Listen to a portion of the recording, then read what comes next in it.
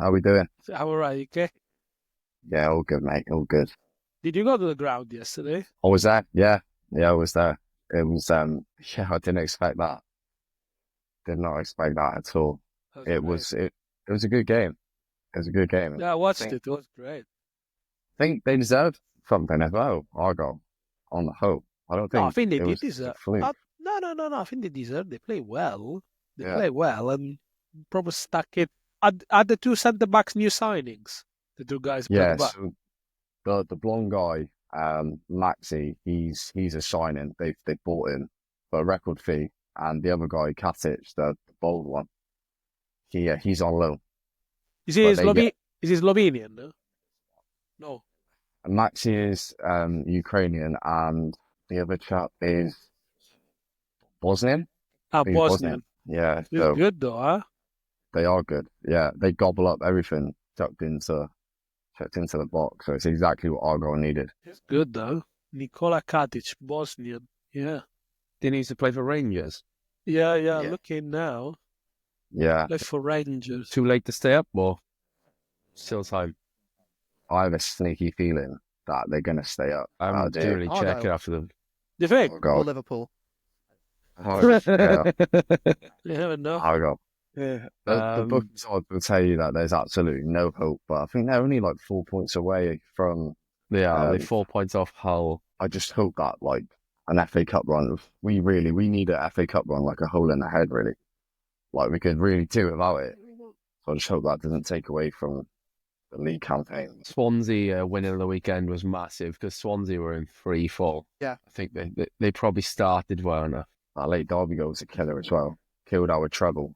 Yeah, bloody noise. That was very unfortunate. Not great for Argyle either. No. I like the manager. You know, he's an inspiring chap. Yeah. So, yeah, win over Liverpool is going to help his team talks, isn't it? Giving themselves the best opportunity to stay up, considering where they were at like a month ago. He'll be there next season regardless now anyway, so it'd be a bit more positive of coming back up. And if it's not Yeah, going to change, the manager will be there.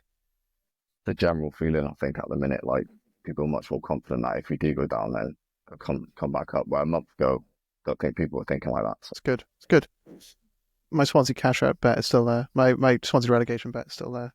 What's it? I think they've probably started well enough to avoid it, but they're still. Yeah, I had him a 40-1 like a couple of weeks ago. Cool. We good to go? Good to We'll use some of that, Sam. yeah, well, it's good enough for the overlap then. Good enough for us. Yeah. So we're doing a pre thing now, are we? We'll Maybe. see. We'll just see. A special UCL playoff calls for a special episode of the pod as we offer up our best bets from the first leg matches. There are 8 matches for our panel of betting experts to pick from as they offer up 2 singles each and put a third tip forward towards the treble. All that and more on today's show.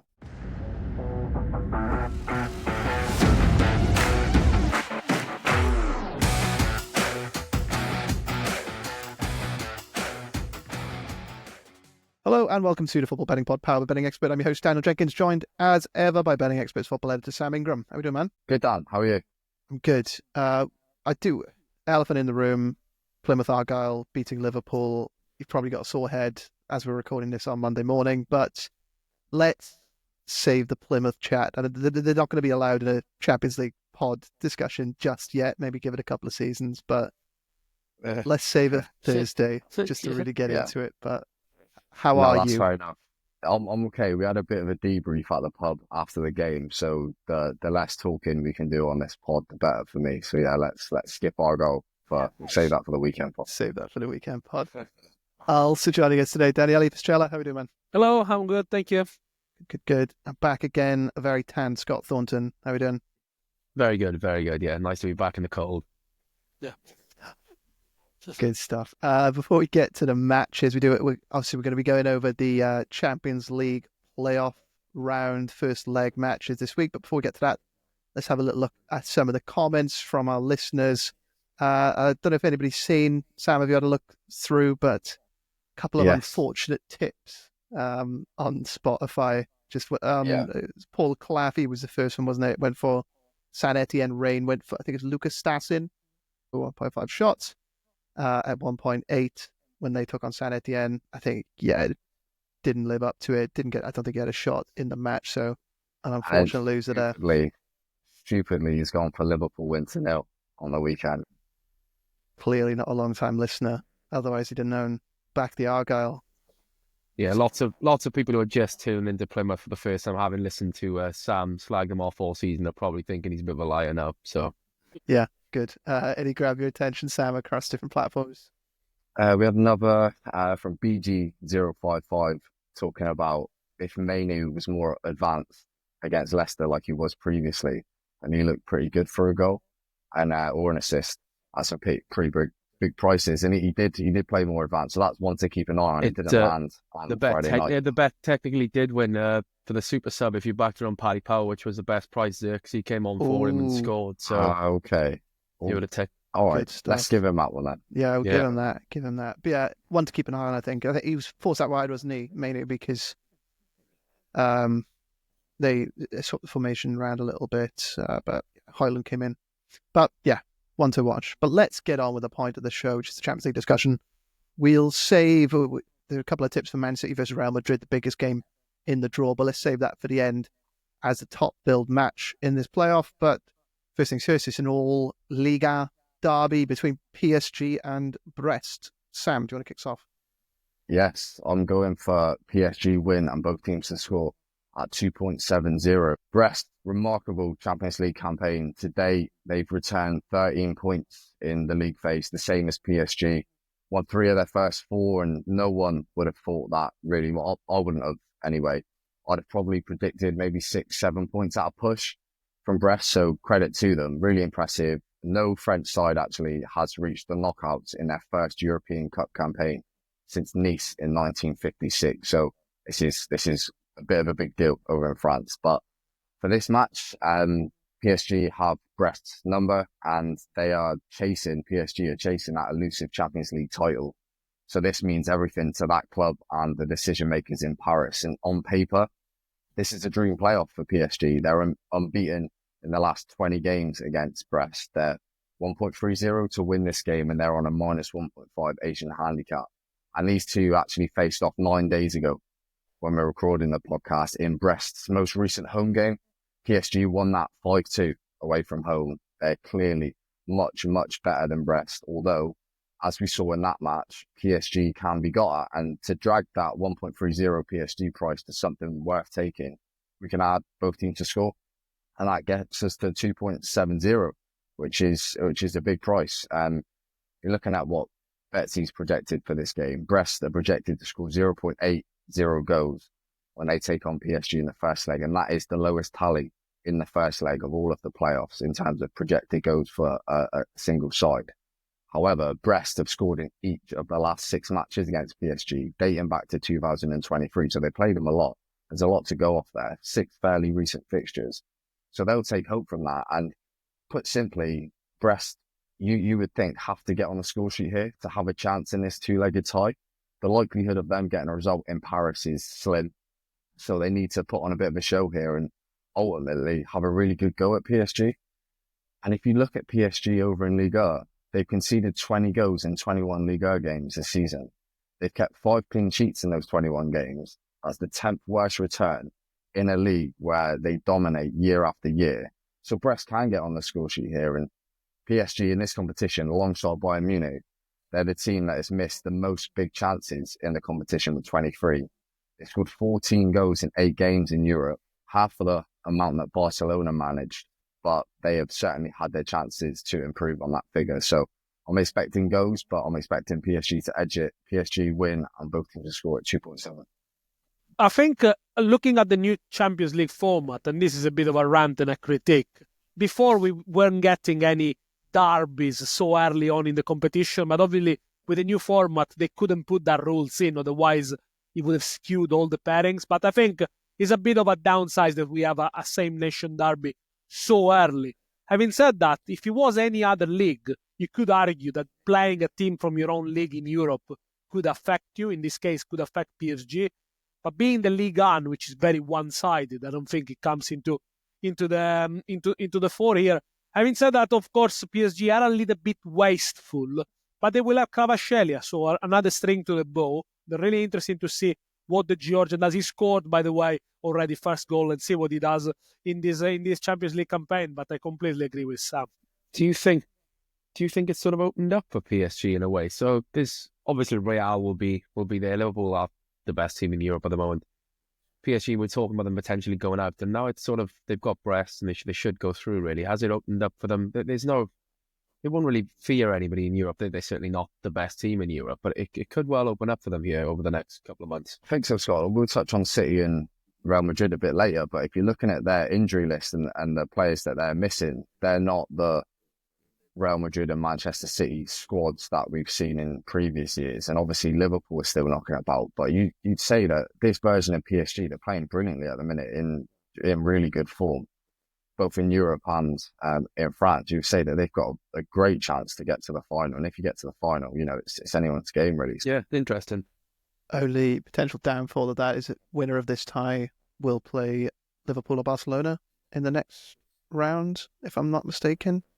Yeah, which it's a tricky one, but I just feel that if they were to get through that tie, which it's not beyond the realms of possibility they would beat Liverpool over two legs, obviously you'd favour Liverpool, but then you're all of a sudden maybe looking at them as favourites. The draw is quite interesting for them if they do get through that. I think the quarterfinal would see them. I think it's Bruges, Atalanta, Lille, Aston Villa, one of those teams. So if you can get past a Liverpool or Barcelona, obviously get past Brest first, then could have a decent route to the semis. So looking okay. On this bet, Sam, I was glad you brought up the PSG's dominance in the history of this fixture, and obviously the fact that we've got such a recent meeting between the two teams start of the month is quite rare at this stage of the Champions League, as Daniele said.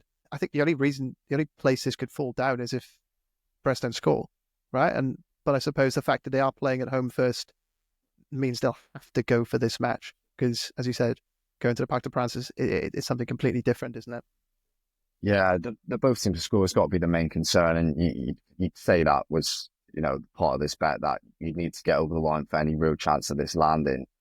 Both teams to score is 1.75 on its own, but like I said, the circumstances are laid out in such a way that this is a game they have to really give everything. This is a game where they need a goal, and at 2.70, it feels, for me anyway, it feels worth putting my money where my mouth is at that kind of price. You've got PSG, really 1.30, it is short, but that might take care of itself. We've got players in really, really good form. Dembele's turned into like Henry reincarnated.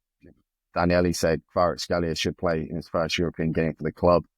PSG have scored 4 more goals in 5 of their most recent 8 fixtures, so they're very, very efficient right now in front of goal. Like I said, players in form and firing and should really coast past Brest, so it's this really, it's all on Brest. But we've seen they've scored against PSG in the last 6, and they will have a really, really good go. Yeah, Brest failed to score in 3 of their last 4 Champions League games in the league stage, which does kind of get us. But considering it's 2 teams from the same nation, maybe it will start to resemble more of a Ligue 1 match, which, yeah, as you said, is between these last 2 teams. Both teams, BTS has landed in each of the last 6 between the 2, so it does play into our favour. But Sam's first bet is PSG to beat Brest and for both teams to score in the match. 2.70 with 1 full unit on that. Daniele, do you want to go over a game on Wednesday night, Bayern Munich against Celtic? Bayern Munich against Celtic, and here my pick is to back the German side with an Asian handicap -25. It's slightly lower than the line we used to choose. It's 175 for a handicap -125. So I think they will win the game. And let's start by crunching the numbers really on Bayern Munich. They done the job late really in this Champions League. Betsy projects Celtic to have only a 4.3% chances of qualifying, which is the lowest percentage among all the teams taking part in the playoff. And the goal difference is projected to be 148 in favor of the Germans. Therefore, that's why I choose the Asian handicap -125, meaning if they only win by 1 goal margin, you lose only half your stake. I think this is where we're going to find out whether Scottish football has really closed the gap with the rest of the continental football. And I think many tend to believe, yes, Celtic, because they qualify for the knockout stages, they are there or thereabout. they have improved. But luckily, some of our colleagues have developed a very interesting table, which is based on the opponent's total points in this new format, Champions League, but what's more, on the opponent power ranking. So it will be not surprising to find out that the opponents of Celtic have only collected 71 points in this new Champions League format, and which is the second lowest, by the way, in the competition. Only the opponents of Stuttgart have collected less points, 65, which will go then and argue, well, of course, your opponents collect very few points in the table also because of you, also because you've done well against them. Well, our colleagues at Betting Expert are gonna step further, and they've actually done the average power ranking and the average normalize, which means he also takes into account the results of the other teams against similar opposition. What turns out is the Celtic are still the team who had the luckiest draw, because the average power ranking for them is 87.2, whereas, for example, PSG have been the unluckiest, 92.4. All goes to go and say, I know that you have to take a diploma in statistics, but basically the Celtic have had an easy draw, have had a lucky draw, have played all the weakest teams at home, and they've been good in the 0-0 draw against Atalanta, where Atalanta probably should have scored a couple of goals. That goes to say that I think the projections of Betsy are justified. I do see Bayern Munich as heavy favourites. They are the shortest price in this first knockout tie, and that's why I like the Asian handicap minus 1.25. Yeah, I was going to bring up their fixtures at home, Daniele. Celtic was at 10 of the 12 points they picked up in the league phase came from their 4 home matches. So is that something that plays against this bet here? That like that home crowd, that, you know, those Champions League nights at Celtic, a bit of a cliche, but it could factor in. And Bayern haven't been good travellers in the Champions League for some time, have they? It's not a perfect Bayern, but I think it's a Bayern that since the 4-1 defeat against Barcelona has tightened up a lot at the back. Company has decided to go less high press. And in fact, their record, the defensive record in Bundesliga, it is excellent. Yes, of course, they haven't been great on the road, but Celtic plays Slovan Bratislava, Leipzig, Bruges, and Young Boys. Only one of these teams have made it into the knockout stages. None of them finish in the top 24. So I think that reinforces the idea that, yes, Celtic have done big improvements. I think this new format Champions League has benefited them, has given them an extra home leg, an extra home tie to rack up those points, which we know they are good at home, but overall remains to be seen. And this is a Celtic that is no longer unbeaten even in Scotland. So I think a long season, a challenging season, has proven, has shown for them that they're also, it is a team that, will be there or thereabout. Of course, they'll win the league in Scotland, but doesn't make them better or give them a stronger chances, I think, compared to the previous year. I think they're going to get found out ultimately. But I mean, nonetheless, the campaign has been positive. That was the main aim, to finish in the top 24, and they achieved that. Yeah, it could be in Bayern's interest to kill this tie off early. I think some of these mismatches we've got in this playoff, PSG another one, they might just want to get the tie wrapped up. It's Betsy's projecting the biggest goal total between the two teams in the playoffs is in this match, isn't it? Minus 1.48 in favour of the visitors Bayern Munich. So yeah, certainly going alongside your bet. Here's Daniele, which is Bayern Munich minus 1.25 versus Celtic on the Asian handicap market. That's 1.75 with one full unit on it.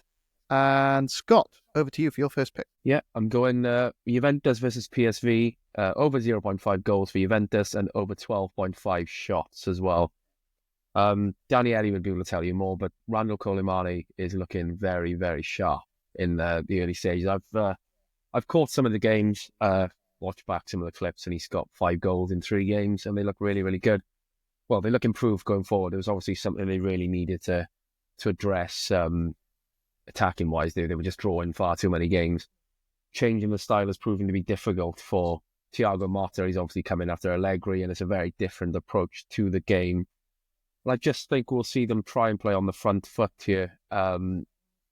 We've touched upon it. The home games are massive. That you really need they need to be taking a result to Eindhoven. PSV are a handy little side. The teams actually have played already in this competition this season, which is rare that happens, obviously. Well, it's the first time it's been able to happen.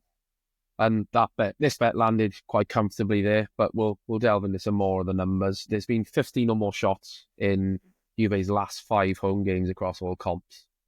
So above our 12.5 here, scoring an average of 1.76 goals per game. 17 shots in the last Champions League home game versus Benfica. Obviously, they lost that game without scoring, but they really do need to get on the score sheet here. And the introduction of Colomani does appear to have taken their attack up to a higher level. Just the fact it's a hugely important game. And PSV has struggled on the road, really. They've conceded all 4 of their Champions League away games. Conceded 15 shots in Turin as they lost 3-1. Conceded an average of 18.25 shots in away games in this competition. So it's one of those where, just looking at the context of the game and the way that Juve are looking to improve, I do think they'll be on the front foot. And the data supports it as well. So I think we'll see Juventus going at it and getting quite a few shots away. Yeah, PSV did well, didn't they, in the league phase? They were a little unfortunate not to go through in that top 8. I think it was just their first few games kind of counted against them result-wise, didn't it?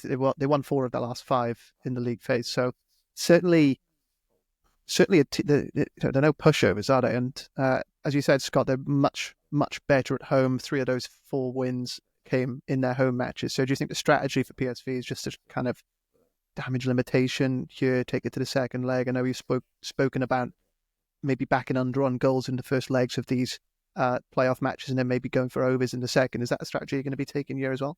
I think so. Obviously, Juventus have improved going forward, but they're hardly a scary outfit to come up against. So PSV will look to keep it tight. They have certainly rode their luck a little bit in away games in this competition. To be conceding 18.25 shots on average is just far too many. So I do see Juventus racking them up. I do see Juventus get on the score sheet as well. They'll have to roll the dice at some stage. But I think we'll see a cagey start. And as you said, I'm expecting lower goal tallies in general. We haven't had this round of fixtures before. But the last 2 round of 16s, at least, the first legs have been averaging under 2.5 goals per game. And it significantly increases in the second leg. So I think we'll see a similar trend this time. But I don't think that'll be a problem when it comes to Juventus get on the score sheet. Let's see, because with Peter Bosch, you never know. In the Peter Bosch way of playing, it's going all out, gang ho. And I think that will suit Juventus. Juventus struggles against low blocks a lot. Although with Colomani, they got a striker that can roam across the front much better than what Vlahovic does. But it's well surprising that now the odds for Juve to win are slightly higher than what they used to be in match day 1. And that was one of the best Juventus we saw in the season. They played really well on match day 1. And now they are higher. And probably depending on, it's based on the league 4 phase, really. But I think, the value of the teams are pretty much similar to when they met. Yeah, it could be a really interesting game of football. As you say, Peter Bosz has had quite an interesting career in Ajax, and he's failed just dramatically in some places like Lyon. He's failed very, very big style there, but he's a very interesting coach, and I think we'll see 2 teams capable of playing football, but I do think there'll be an element of damage limitation for PSV. I don't expect a negative approach where he's going to get 2 banks at 4 but I think trying to keep it tight early doors definitely creeps in regardless of style. Yeah, certainly one to keep an eye out for. Winner of this tie could play Arsenal or Inter Milan in the next leg in the round of 16. So yeah, we'll see. Could have another all Serie A affair early in the competition. Which I'm not looking forward to. No. I hate them. I hate them. That would be a real. By the way, I think that would be a real damage to Inter title challenge. Having a derby against Milan or against Juve, bang on in the middle of the season, the week after they play Napoli in Serie A. Basically, it adds 2 extra Serie A games, but that's not Ligue 1. This is very, very tight. I think it will create definitely a very interesting betting angle. You'll have to look at the historical records and stuff like that. But do you remember that season when there was Barcelona, Real Madrid every other day, which we saw like 5 or 6 times? So, well, obviously they were playing for the La Liga as well, but had it been a fair team competing, that probably would have been like a chance for the fair team to take advantage of. Yeah, if that does happen, I'm sure we'll have a nice article on Betting Expert to discuss it with you. Scott's first bet is over 0.5 goals for Juventus and over 12.5 shots for Juventus when they play PSV in their first leg knockout match. So that's a 1.75 and 1 full unit on it. Back over to Daniele, looking at, I think, the tie everyone's looking forward to, which is Benfica Monaco. Yes, another rematch of the league phase. Again, thanks UEFA. They didn't think it through properly. And it's interesting because this very same match finished with 5 goals, 3-2 wins for Benfica. Monaco showed all their inexperience in that tie. I remember, although they were playing with 10 men, in the end, Benfica were worthy winners. And the odds at the moment are the same as when Benfica won that game. So you can get them at very high odds. It's around 189. Sometimes you can even get it to actually 292. So I think here we should back Benfica, who looked a better side in the Champions League. They have achieved better results against stronger teams. The defeat against Barcelona was unlucky, one in Turin. And I go, in this case, with the Asian handicap plus 0.25, which gets the draw on side at 185. So if they draw, you only win half a stake. A quick word on the goals tally. It is true we are seeing an unprecedented number of goals, a lot of goals in this league phase. But as Scott mentioned and reminded very well, the goals tally normally it is set to decrease in the knockout. Last season it dropped down to 272 in the knockout stage. And also in this playoff, which is the first time that there are playoffs in the Champions League, but there have been playoffs in Europa League, in the Conference League, goal tally, the average goal tally was 272. So in line with the Champions League in the last 3 years of playoff, only 27 of 48 games have been played in playoff histories in Europe have ended with both teams to score. So I think the opportunity for bettors here is to spot the under 2.5 goals. There is a hidden under 2.5 goals in these eight ties. It could be this one, perhaps, where, yes, the cage approach might prevail. And by the way, Betsy projects this game to finish with a draw, 23.3% chance. Only Feyenoord Milan, 24.7% chance is a higher chance. That's why I went with the Asian handicap 0.25 for the visitors. Yeah, goal line set at 2.75 by the bookmakers for this one. Looking at Benfica, Daniele, I think they were, obviously they played, these two sides faced off in the league phase, as you said, but Benfica came in as outsiders for that match, didn't they? They were quite available at quite a decent price. Are you expecting that to just be the value bet again? Would you even go as far as to back them in the 1x2? We could back them, or with an Asian handicap 0 here, or double chance and over 0.5 goals. I think this is the value bet because they are more experienced and they had a tougher schedule of the Champions League. Again, going back to the average ranking that we looked earlier, Benfica's numbers are bigger than Monaco. They had a different calendar, really. I think they face stronger opposition. But yeah, I mean, let's not forget Monaco beat Barcelona as well earlier in the season. It's going to be tight. It's going to be close. This is one that smells extra time in the second leg, which, by the way, I've read the UEFA wants to completely cancel from 3 years' time, eliminate also extra time. So, I mean, that's go maybe straight for to penalties. Yeah, why don't they just do penalties from minute one? That's it. Get over with it. Yeah? Just to do a coin Just toss. Just bring it back, yeah. Yeah, just a good toss. Yeah. Sorry, digress. It's another rant for another day. Daniele's second bet is Benfica plus 0.25 versus Monaco. In the Asian handicap market, that's a 1.85 with one full unit on it. Let's dig into the biggest match in these playoffs, which is Manchester City versus Real Madrid. Sam, do you want to kick us off with your bet? Yeah, big game. Everything I've seen with my eyes over the last few weeks and months suggests to me that full strength Real Madrid flatten City over 2 legs. But that's not really what we've got here. Real Madrid are definitely not at full strength. Looking at the absentees for both clubs in defence and midfield, this is a combined lineup they could field. I've got Ederson in goal, Alaba, Ake, Rudiger, Militao, Carvajal at the back, and in midfield, Nico Gonzalez and Rodri. So key personnel out for both clubs in those key areas where you like to think either side would be able to rebuff any advances in transition and on the counter. And Tchouaméni will likely be deployed at centre-back like he was against Atleti on the weekend. Valverde might potentially slot in at full-back, potentially in midfield. But yeah, there are question marks over who plays for City at right-back as well. I just think City's central midfield should get run over like we've seen consistently in the last few months. One of the more head-turning Premier League stats at the minute is that Manchester City ranked 20th for recovery runs by midfielders per 90.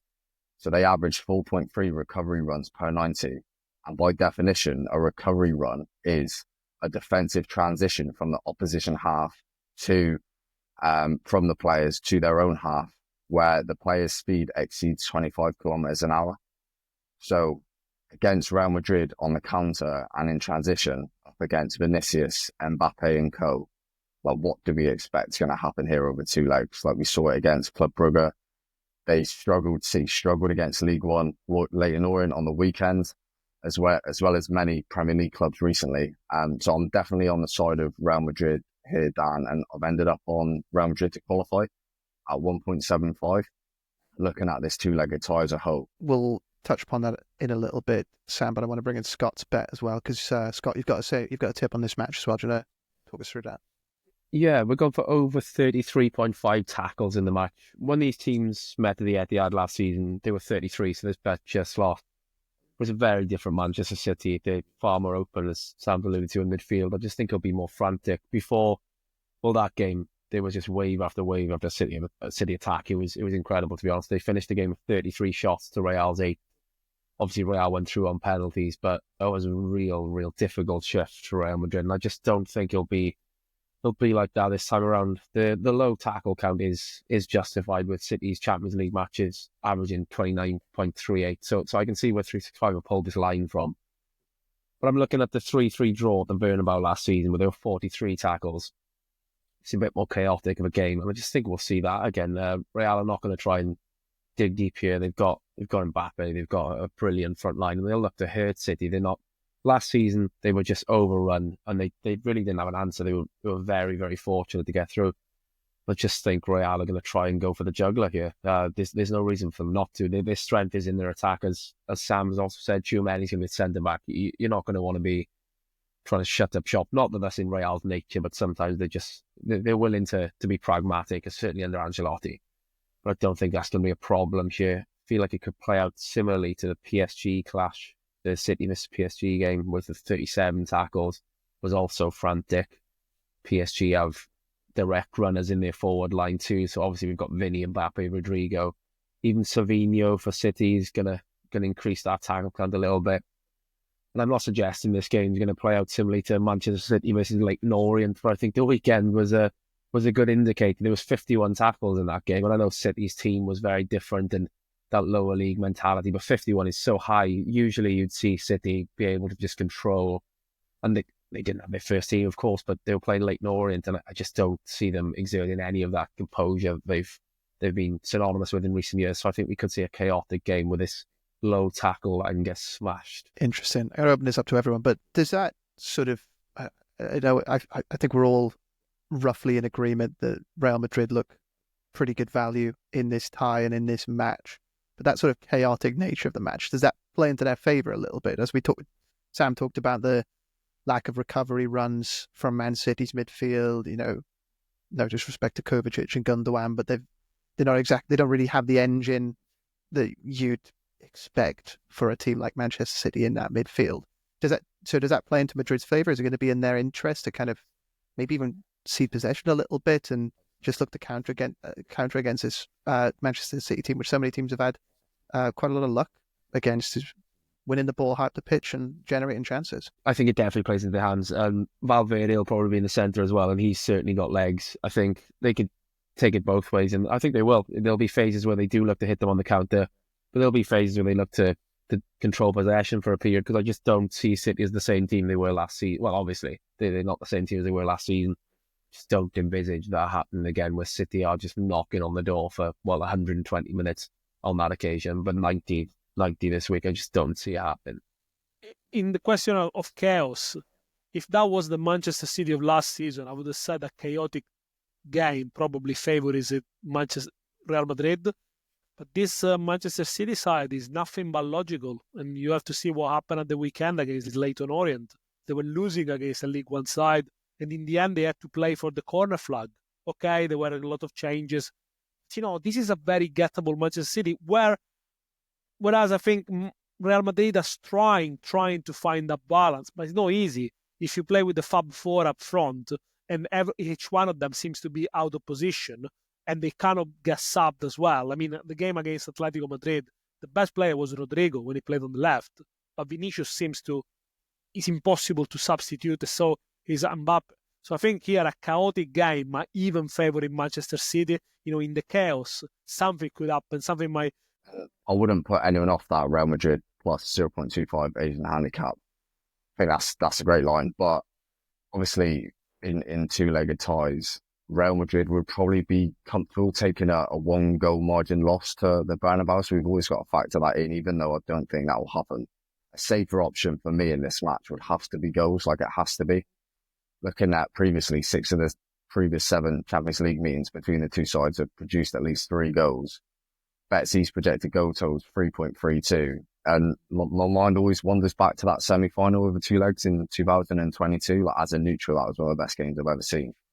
And with the absentees in defence, and with these two teams now being quite top-heavy in terms of the attacks on show, I just don't see how there's not going to be goals here. That leads into my pod treble pick. But yeah, over three goals at 1.72, over 3.25 at odds against. I can't see this being a low-scoring game. Mbappe's on fire as well. It's not just the goals he's scoring, it's the chances he's missed as well. He's just getting a boatload of chances. As Daniele rightly said, they're just so free-form up front. Everybody's everywhere. But the chances seem to be falling to Mbappe, and he does take more than he misses. You could easily get a boatload of City.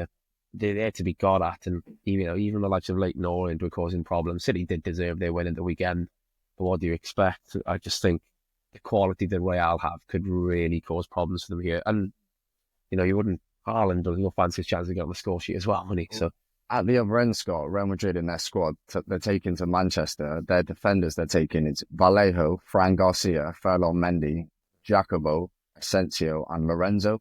So if you're not an avid watcher of Real Madrid... There are a lot of first names. You've probably not heard of half of them. I've not heard of a couple of them. So, look, Haaland's going to be licking his lips, and it's going to be exactly the same the other end for Mbappe and Vinicius and co. So, should be goals. So over 7.5 goals is the...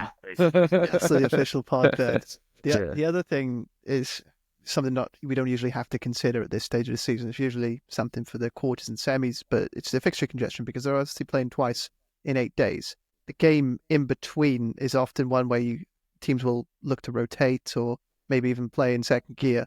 Real Madrid have got Osasuna. They've won 5 straight matches against.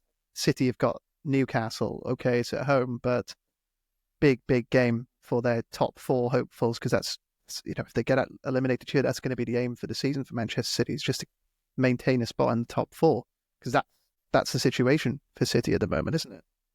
Yeah, and we'll speak about it I'll speak about it on the weekend pod. Newcastle plus 0.75 Asian handicap looks okay. I know Gordon's are down and they're dropping like flies a little bit at the minute after their exploits in the EFL Cup and on the weekend. But yeah, that's not a game that City are going to enjoy playing, you'd imagine. And then after the second leg against Real Madrid at the Bernabeu, straight into Liverpool at home and then Tottenham away. Tottenham, obviously, they historically don't do too well against, even though it's a bit of a patched-up side at present. So that run of games for City is really not ideal. No, I think quite a few teams have shown in the last couple of weeks how to get at Man City, how to score goals against them. They haven't kept a clean sheet since the game against Ipswich in the middle of January. So, tricky time for them. Just to recap, Sam's bet in this match is Real Madrid, well, not really in this match, but Real Madrid to qualify. 2 full units on that, Sam. What were the odds? It's down at 1.75 now. And Scott Thornton's pick is over 33.5 tackles in Man City versus Real Madrid. That's a 1.72. Let's get on with this week's pod treble. Daniele, do you want to go first? I'm going to go with game in Belgium, Club Brugge against Atalanta, under 2.75 goals Asian line. That pays 165. By the way, this has moved. The first time I looked last week was 185 for the under 2.75 goals. And I think that's because it goes back to what we said before. There are some hidden under 2.5 goals here in this playoff ties. And probably this is one of those. And I think the bookies have caught up with it, with the fact that, yes, the goals average is going to regress to mean a little bit. Club Brugge home record is strong. They only lost 6 home games in the last 2 seasons and a half. Semi-finalist of the Conference League last season, with Fiorentina in a very, very tight game, drew at home with Fiorentina last season, drew with Juventus 0-0 this season. It is a team that I said with a little bit of better finishing, they could have probably knocked out Manchester City in match day 8. They had a lot of chances and they played well that game.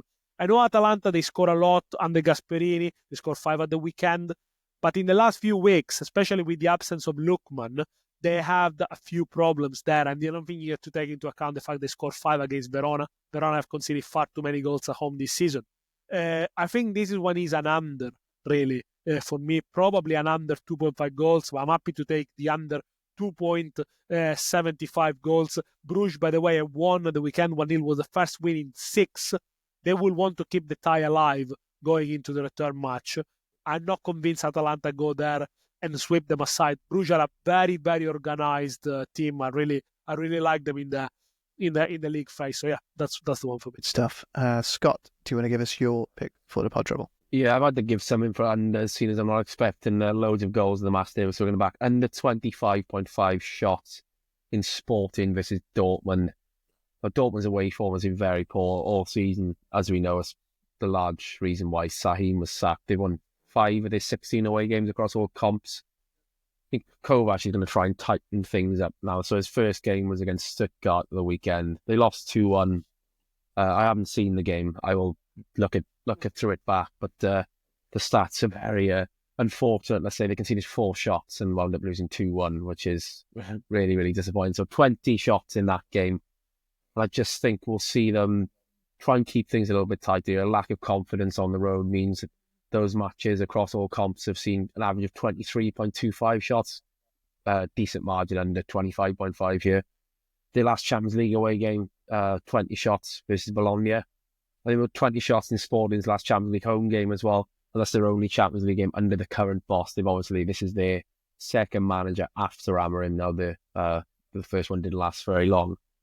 And in the 6 home matches under Rui Borges, who is the current manager, there's been an average of 22.5 shots. So the fact there's a first leg should be cagey. Neither team sort of full of confidence because Sporting, okay, they command in position in the league. This start had a lot to do with that.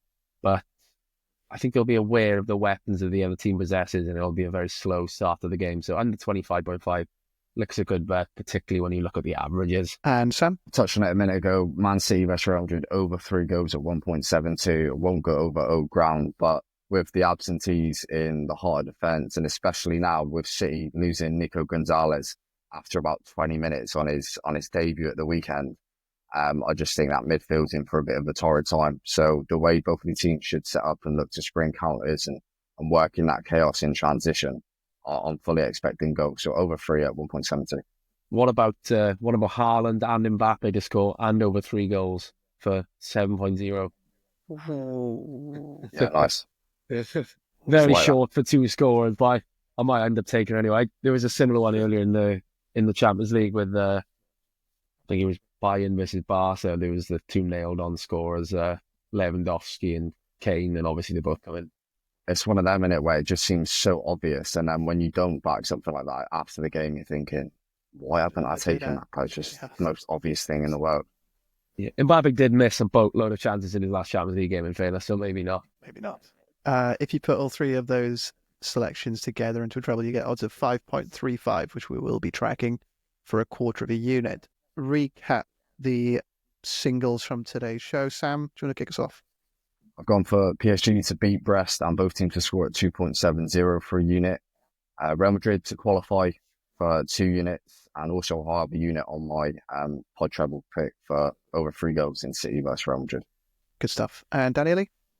Bayern Munich to win Asian handicap -25 against Celtic at 175, and Benfica Asian handicap +0.25 against Monaco at 185, both full units. And Scott? Juventus versus PSV, over 0.5 goals for Juve and over 12.5 shots for Juve at 1.75.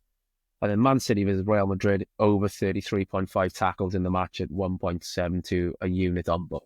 Just to recap, pod treble, Sam's pick is over 3.0 goals in Manchester City versus Real Madrid, so 1.72. Scott's is under 25.5 shots in Sporting versus Dortmund, that's a 1.90. And Daniele's is under 2.75 goals on the Asian handicap, on the Asian line in Club Brugge versus Atalanta. That's a 1.65. Put all that together, you'll get odds of 5.35, which we'll be backing for a quarter of a unit. Very unfortunate pod treble defeat at the weekend, chaps. 92nd minute goal, wasn't it? Yeah. Derby. The Derby equaliser, absolute killer. Not good. Gutter. All right. Let's hope we don't have anything like that, and just we have another winner in a couple of weeks. So let's get one over the line. If you are going to be using any of the bets from today's show, then please gamble responsibly. Only betting what you can afford to lose. Thank you very much to Scott Thornton. Thank you. Thank you, Daniele Fisichella. Thank you. Thanks, Sam Ingram. Thank you very much. Thanks from me. We'll be back on Thursday. Yep.